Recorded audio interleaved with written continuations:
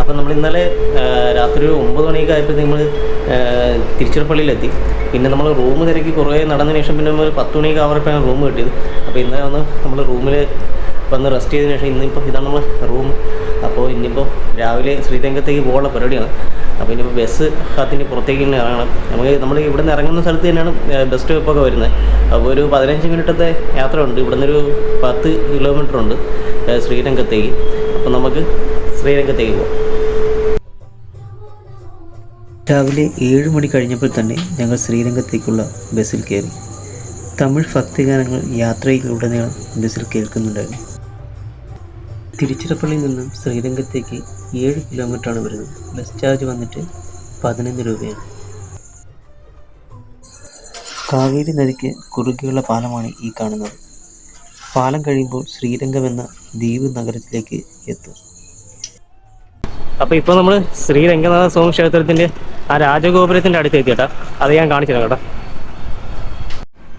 അപ്പോൾ നമ്മുടെ ഈ ഫ്രണ്ടിൽ കാണുന്ന ഇതാണ് രാജഗോപുരം. അപ്പോൾ ഇനി ഇവിടെ നിന്നിപ്പോൾ ഈ ഗോപുരം കയറി അകത്തേക്ക് പോകണം.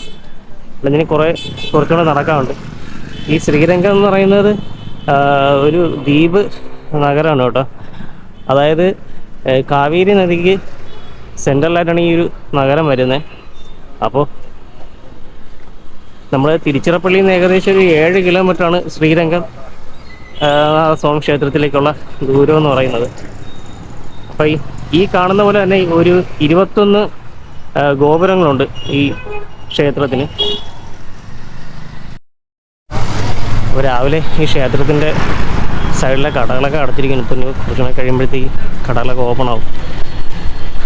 തിരക്കായി തുടങ്ങുന്നതേ ഉള്ളൂ.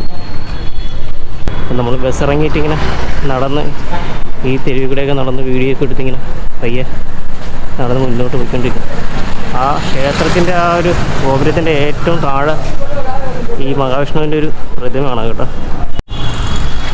അത് നമ്മൾ ആർച്ചിൻ്റെ അകത്തൂടെ പയ്യെ അകത്തേക്ക് കയറി. ഇവിടെ നമ്മൾ കയറുമ്പോൾ തന്നെ അപ്പുറ സൈഡ് വേറൊരു വലിയൊരു ഗോപുരം കാണാം. അപ്പോൾ ഇത് ഏകദേശം ഒരു 156 ഏക്കർ വിസ്തൃതിയിൽ ഇങ്ങനെ പരന്ന് കിടക്കുന്ന ഒരു സ്ഥലമാണ് ഈ ശ്രീരംഗനാഥ എന്ന് പറയുന്നത്. ഇവിടേക്ക് ഒരുപാട് പൂവൊക്കെ ഇങ്ങനെ സെറ്റ് ചെയ്ത് വെച്ചിട്ടുണ്ട് കേട്ടോ. നമ്മളിങ്ങനെ നടന്നു പോകുന്ന വഴികളെല്ലാം ഇതുപോലെ ആൾക്കാരിങ്ങനെ ക്ഷേത്രത്തിലേക്ക് കൊണ്ടുപോകാനായിട്ടുള്ള പൂവുകളും മറ്റൊക്കെ ഇങ്ങനെ വിൽക്കുന്ന കാഴ്ചകളൊക്കെ കാണാം.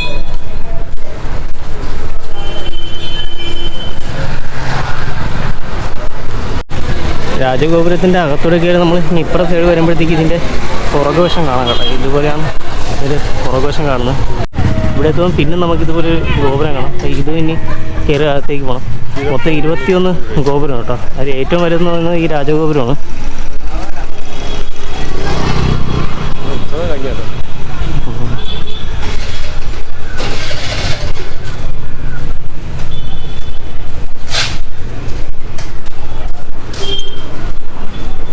ഇങ്ങനെ മേളിലിങ്ങനെ ഓലയിട്ട് കെട്ടിയിട്ടുണ്ട് കേട്ടോ. എനിക്ക് തോന്നുന്നു വെയിലായതുകൊണ്ടായിരിക്കും തോന്നുന്നു. അതിന് അല്ലാതെ വേറെ വല്ല ആവശ്യത്തിന് കെട്ടിയതാണെന്ന് പറയുന്നത് കേട്ടോ.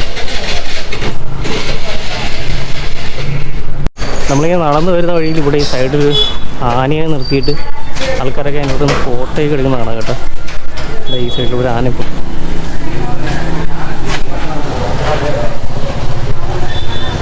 അതൊന്നും ആൾക്കാരെ നിർത്തിയിട്ട് ഇങ്ങനെ ഫോട്ടോയൊക്കെ എടുക്കാനുള്ള പരിപാടിയാണ് തോന്നുന്നു.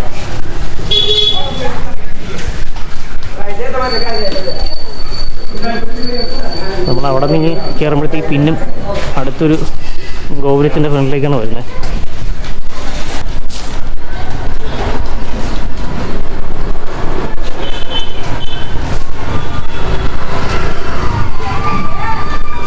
അപ്പോൾ ഇതിൻ്റെ അകത്താണ് ഇനി ക്ഷേത്രം വരുന്നത്. ക്ഷേത്രത്തിൻ്റെ മതിലാണ് അവിടെ കാണുന്നത്. അപ്പോൾ നമുക്കിനിയിപ്പോൾ ക്ഷേത്രത്തിൻ്റെ അകത്തോട്ട് ഇനിയിപ്പോൾ ക്യാമറ കയറ്റത്തില്ല. അപ്പോൾ നമുക്കിനി ഇവിടെ ക്യാമറയും നമ്മുടെ ബാഗും എല്ലാം ഇനിയിപ്പോൾ ഇവിടെ കൊടുത്തിട്ട് വേണം ഇനിയിപ്പോൾ നമുക്ക് അകത്തോട്ട് കയറാൻ വേണ്ടിയിട്ട്. ആ സൈഡിൽ ഒരു വലിയൊരു രഥം ഇങ്ങനെ മൂടി വെച്ചിട്ടുണ്ട്. ഞാൻ അടുത്തേക്ക് എന്നിട്ട് കാണിച്ചു തരാം. ഫുള്ളിങ്ങനെ തടിയിൽ ചെയ്തൊരു സംഭവമുണ്ട്. അതിങ്ങനെ മൂടി ഇങ്ങനെ സെറ്റ് ചെയ്ത് വെച്ചിരിക്കുക. നല്ല ഹൈറ്റാണ്. അത് ഈ കാണുന്ന കേട്ടോ. ഞാൻ പറഞ്ഞ രഥം എന്ന് പറയുന്നത്. അതിൻ്റെ ഈ ടയറൊക്കെ വന്നിട്ട് ഇരുമ്പാണ് തോന്നുന്നു, ബാക്കിയെല്ലാം തടിയിലാണ് വരുന്നത്. സൈഡിലിങ്ങനെ മണിയായി കിട്ടുന്നുണ്ടോ ടയറിൻ്റെ ഒക്കെ വലിയ. ആ എഴുത്തിൻ്റെ ഒരുപാട് കുത്തുപണികളൊക്കെ ചെയ്യുകയാണ്.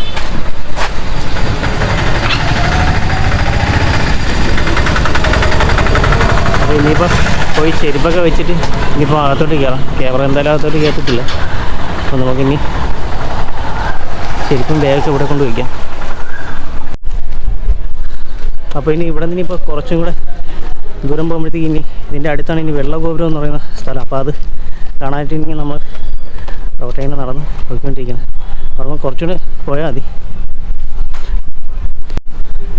അപ്പോൾ നമുക്ക് ഇവിടെ നിന്ന് നേരെ ആ വെള്ള ഗോപുരം കാണാൻ പറ്റും കേട്ടോ. അപ്പോൾ നമ്മൾ അതിൻ്റെ അടുത്തോട്ട് പോയി പോകാനുള്ള പരിപാടിയാണ്. അപ്പോൾ അടുത്ത് ചെന്നിട്ട് കുറച്ചും കൂടെ വിശദമായിട്ടുള്ള വീഡിയോസ് ഞാൻ കാണിച്ചു തരാം. ഈ ഒരു സ്ഥലം ഫുള്ളായിട്ട് നമ്മളിങ്ങനെ കറങ്ങി കാണണമെന്നുണ്ടെങ്കിൽ ഒരുപാടുണ്ട് കേട്ടോ. അതും പെട്ടെന്ന് കണ്ടു തീർക്കാൻ പറ്റത്തില്ല.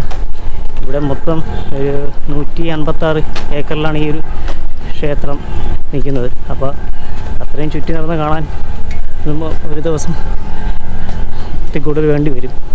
അപ്പോൾ നമ്മളിപ്പോൾ വെള്ളഗോപുരത്തിൻ്റെ മുന്നിലെത്തിയിട്ടുണ്ട്. അപ്പോൾ അതിൻ്റെ മുന്നിൽ നിന്നുള്ള ദൃശ്യങ്ങൾ എങ്ങനെയാണെന്നുള്ളത് ഞാൻ ഇപ്പോൾ കാണിച്ചു തരാം. അപ്പോൾ നമ്മളിപ്പോൾ വെള്ളഗോപുരത്തിൻ്റെ മുന്നിലാണ് നിൽക്കുന്നത്. ഇതാണ് ആ ഗോപുരം. നല്ല ഹൈറ്റാണ് കേട്ടോ, കാണാൻ നല്ല ഭംഗിയുണ്ട്. ആ മുകളിൽ നിന്ന് ഇതുവരെ വൈറ്റ് വന്നിട്ട് താഴോട്ട് വരുമ്പോഴത്തേക്ക് പിന്നെ ആ കല്ലിൻ്റെ കളർ തന്നെ വരുന്നത്. അപ്പോൾ ഇതിൻ്റെ അകത്തൂടെ നമുക്ക് അകത്തേക്ക് പോകാം. അപ്പോൾ തിരക്കായി തുടങ്ങി, റോഡിലൊക്കെ വണ്ടികളൊക്കെ തിരക്കായി വരുന്നുണ്ട്. അപ്പോൾ നമ്മളീ കാണുന്ന പോലെ തന്നെ ഇതുപോലത്തെ 21 ഗോപുരങ്ങളാണ് ഈ ഒരു ക്ഷേത്രത്തിൻ്റെ ഭാഗമായിട്ടുള്ളത്. അതിൽ ഏറ്റവും വലിയ ഗോപുരം എന്ന് പറയുന്നത് രാജഗോപുരമാണ്. അത് വന്നിട്ട് 72 മീറ്ററാണ് അതിൻ്റെ ഹൈറ്റ് എന്ന് പറയുന്നത്. നമുക്കത് ആ സൈഡിൽ മറ്റൊരു രാജഗോപുരം കാണാൻ പറ്റും, ഇവിടെ നിൽക്കുമ്പോഴും കാണാൻ പറ്റും. അതിന് മൊത്തം 13 നിലയാണുള്ളത് കേട്ടോ. അപ്പോൾ ഈ സൈഡ് ഫുള്ളിങ്ങനെ ഇതുപോലത്തെ മതിലാണ്. 7 മതിലുകൾ ചേർന്നാണ് ഈ ഒരു അമ്പലം. അപ്പോൾ ഇവിടേക്ക് വരാനാണെന്നുണ്ടെങ്കിൽ നമുക്ക് തിരുച്ചിറപ്പള്ളിയിൽ ഇറങ്ങിയിട്ട് നമുക്ക് അവിടെ നിന്ന് ബസ് എപ്പോഴും ഉണ്ട്, അവിടെ അടുത്ത് തന്നെയാണ് സ്റ്റാൻഡൊക്കെ വരുന്നത്. അവിടെ നിന്ന് ഒരു 7 കിലോമീറ്ററാണ് ഈ ഒരു ശ്രീരംഗത്തേക്ക് വരുന്നത്. അപ്പോൾ നമുക്ക് ബസ് ചാർജ് വന്നിട്ട് 15 രൂപ ഒക്കെയാണ് റേറ്റ് വരുന്നത്. ഒരു 10 മിനിറ്റിനകത്ത് അവിടെ നിന്ന് തിരുച്ചിറപ്പള്ളിയിൽ നിന്ന് കയറി കഴിഞ്ഞാൽ നമുക്ക് ശ്രീരംഗത്തേക്ക് എത്താം. ഇപ്പോൾ സമയം വന്നിട്ട് 10 മണിയാവാൻ പോകുന്നേ ഉള്ളൂ. അപ്പോഴത്തേക്ക് തന്നെ ഇവിടെ നല്ല തിരക്കായിട്ടുണ്ട്, അകത്തേക്കൊക്കെ നല്ല തിരക്കായിട്ടുണ്ട്. നമുക്കിനി ഇവിടെ നിന്ന് ഇറങ്ങി അപ്പുറത്തെ സൈഡിൽ കൂടെ ഇനി അമ്പലത്തിൻ്റെ പുറത്തെ സൈഡിലേക്ക് പോകാനുള്ളത്. അപ്പോൾ ഇവിടെ നിന്ന് കുറച്ച് ഇതിലൂടെ നടക്കണം. നമ്മളെല്ലാ ക്ഷേത്രങ്ങളിലും കാണുന്നത് പോലെ തന്നെ ഈ ക്ഷേത്രങ്ങളിലെ ഈ 2 സൈഡും ഇതുപോലെ തന്നെ കടലാണ് കേട്ടോ. അത് ഞാൻ കാണിച്ചു തരാം. ഇതുപോലെ തന്നെ ക്ഷേത്രത്തിൻ്റെ 2 സൈഡിലും ഇതുപോലെ കടലാണ്. നമ്മൾ വരുന്ന വഴിക്കെല്ലാം ഇതേപോലെ ഗോപുരങ്ങൾ കാണാം.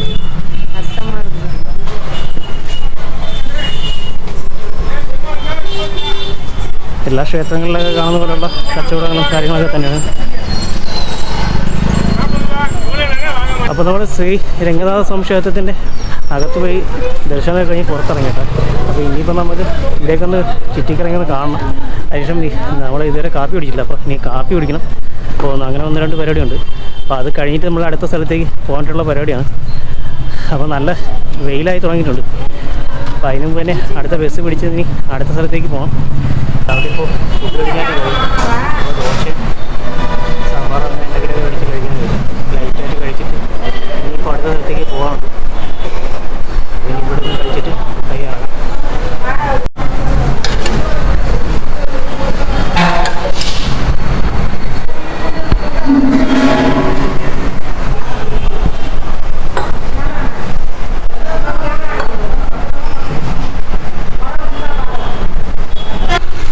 അപ്പോൾ നിങ്ങൾക്ക് ഈ വീഡിയോ ഇഷ്ടമായിട്ടുണ്ടെങ്കിൽ തീർച്ചയായിട്ടും ലൈക്ക് ചെയ്യുക, ഷെയർ ചെയ്യുക, സബ്സ്ക്രൈബ് ചെയ്യുക. എന്തായാലും നമുക്കൊരു പുതിയൊരു നല്ലൊരു വീഡിയോ കാണാം.